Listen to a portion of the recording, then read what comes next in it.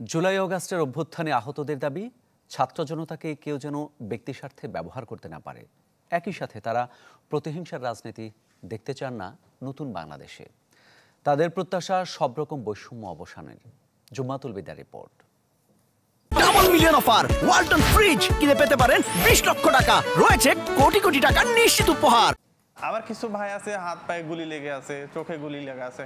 আমি আগে শরীরের ক্ষত শুকিয়েছে, তিক্ততা কাটেনি মনের।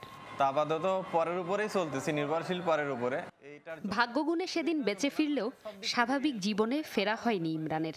33 দিন সর্বস্ব দিয়েও হয়নি শেষ রক্ষা। আমাদের তরফ থেকে যারা হসপিটালে আছে, আমার মতো যেন তাদের হাত পা না কাটতে হয়, ভালো যেন চিকিৎসা হয়।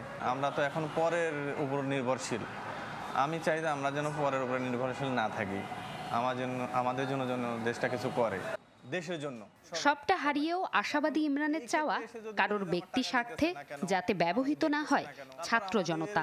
নিত্য নতুন দাবির মাঝে থমকে না যাক রাষ্ট্র সংস্কার। এখন এই দাবি নিয়ে অনেকে অনেক রকম কথা বলতেছে।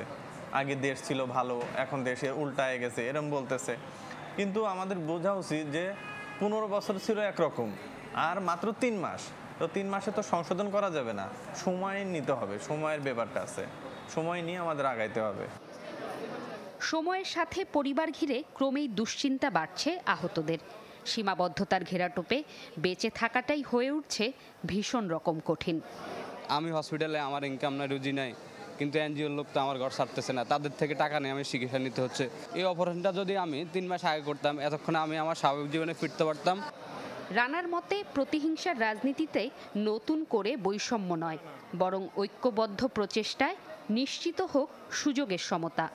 এই অন্তর্বর্তীকালীন সরকার চলে যাওয়ার পর আমরা যেন রাষ্ট্রদ্রোহী না হই, আমাদেরকে সেরকম একটা ব্যবস্থা করে দিবে, সেই প্রত্যাশা এই জনগণের কাছে এবং সকলের কাছে, সকল দলের কাছে, তারা যেন আমাদের নিয়ে কোনো একটা কিছু করে। আহতরা বলছেন, জুলাই অভ্যুত্থানের অঙ্গীকার রক্ষায় বিকল্প নেই ব্যক্তি সংস্কারের।